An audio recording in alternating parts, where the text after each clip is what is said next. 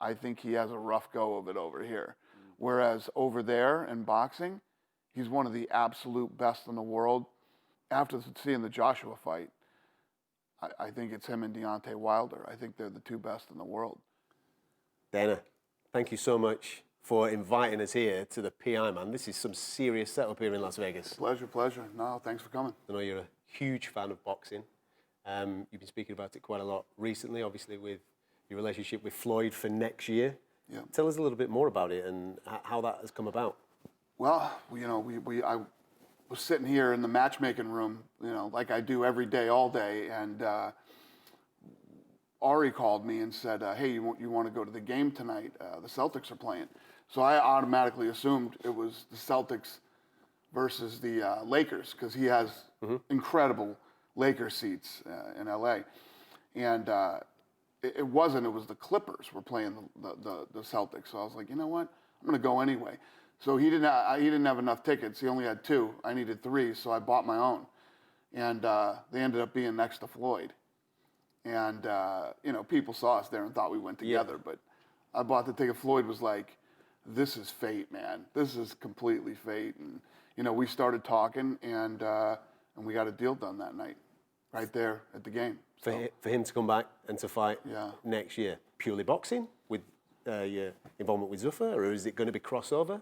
I think that Floyd and I both feel like we add an incredible amount of value to each other and what we both do, and who knows what I mean. We have some plans right now that'll start playing out this summer, but yeah, I could see me being involved in a boxing fight with him, and I could see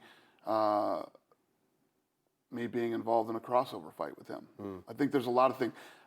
Floyd and I have had this interesting relationship for like 25 years. And, and Heyman and I have a really good relationship. I like Al Heyman a lot. And, we'll get something done. We'll figure it out. Exciting times. What's your thoughts then on the recent fight between the two boys off YouTube, KSI and Logan Paul? You're a businessman. You appreciate numbers. Yeah. What were the numbers? What did they do? Well, it's not officially been released as of yet, but with their YouTube followings of 20 million each on each of their channels, I'm just thinking from a Floyd point of view, he likes numbers. So I'm trying to think of fighters that would generate numbers that Floyd would be interested in. Yeah, well, they didn't. Those guys don't generate Floyd or Conor or Khabib. Those type of numbers. The numbers of kids tuning in, but not numbers in dollars. Obviously very impressive for 2 kids that aren't fighters to pull those kind of numbers. But, the whole YouTube thing is insane. It's like social media. The Rock has 165 million followers just on Instagram. That's insane. Brazil has 200 million people in the whole country. You know what I mean? And it's a big country. So, it's impressive. Yeah, for these kids to go in and fight and pull numbers like that, and I think they both made $1 million. So it's impressive. They did well. And on that, because I know again you've mentioned Tyson Fury in the past as being a fan of his. We've seen him recently training with our very own Darren Till in the octagon. He's having a little bit of a look. What's your thoughts on that? I mean, have you had a conversation with him? Is he serious about MMA? We have talked, yeah, and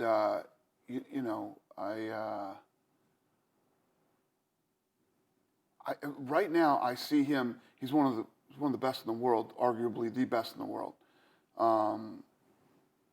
After seeing the Joshua fight, I think it's him and Deontay Wilder. I think they're the two best in the world. And there's so many big fights for him over the next 2-3 years in boxing.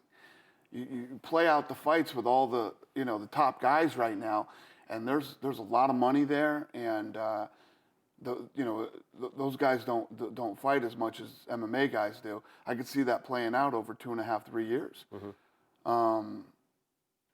And I listen. I'd love to have him come over here and fight, and but why? Why when he's got all that money in front of him and all that stuff? I guess I won't question it. I'll just see how it all plays out. But I do like him, and I think that he's one of the best boxers in the world. I saw an interview with him recently where he's saying he had done some kickboxing and he's been training with Till. Yeah. You know, it's like my guys though saying they've done some boxing, and you know, it's just this is what these guys do. It's what they've done for a very long time, and I think he has a rough go of it over here. Whereas over there in boxing, he's one of the absolute best in the world, top 1 or 2, and he can make a lot of money. What did you make of Anthony Joshua and Andy Ruiz at the weekend just gone? I bet on it. I bet a lot of money on Joshua, and I was my pants the whole fight. I'll tell you that right now. I thought this was going to be like a Buster Douglas situation where Ruiz was going to come out and, you know, the guy came out after the fight and admitted he's been partying like a rock star and didn't train for the fight, and he trained himself, and the fight still scared the out of me. So, I mean, if that guy trains, it's like he was totally in Joshua's head, and everybody knows how I felt about Joshua a few years ago. And if you look at Anthony Joshua, he's accomplished a lot of great things in his life and in the sport of boxing. But he got rich, man. He got rich, and he looked like a completely different fighter in this fight with Ruiz. He won, and it was a shutout. And, Yeah. You know, but he looked tentative. He looked scared. He got clipped with some big shots, and he got hurt a couple times. Yeah, I bet a lot of money on him, and I was horrified sitting through that fight. So I made it through, but yeah. How do you, I don't say change the world of boxing, but obviously you're a fan of it, and I've no doubt you've got ideas of what you would like to do through your own companies. How do you add to the world of boxing when you eventually come through? Well, first of all, what I would do is, you know, it's not rocket science. I would try to put on the fights that everybody wants to see. I would try to put those fights on. I would absolutely raise the production value. Ever since HBO's gotten out of the sport, the production value on it's one of my pet peeves. It drives me crazy. You know, listen, I don't want to on other people's stuff, but I mean, let's be honest. DAZN's production is horrendous. There's so many things that I would fix. You know, and I would hold HBO as the gold standard. As much as I loved HBO boxing, I also felt it didn't change in, you know, 30 years. Yeah. You know, it was HD. It was the only difference is the same everything, same ring, same setup, same everything. But HBO absolutely, positively did it the best, in my opinion. If I would raise the production value, I'd put on a better in-house live show. Yeah. The fights would move quicker. You wouldn't have 2.5 hours of walk-ins, everybody's national anthem, and all the other stuff that goes on. It would be like a UFC event. It would move quickly. It would move quickly. It would look better. It would be slicker. You know, it'd be more all that stuff. crowd-friendly. The live event would be much better. Yeah, Dana, it's been an absolute pleasure. Thank Likewise. you very much. Thank you, my friend. What's up, man?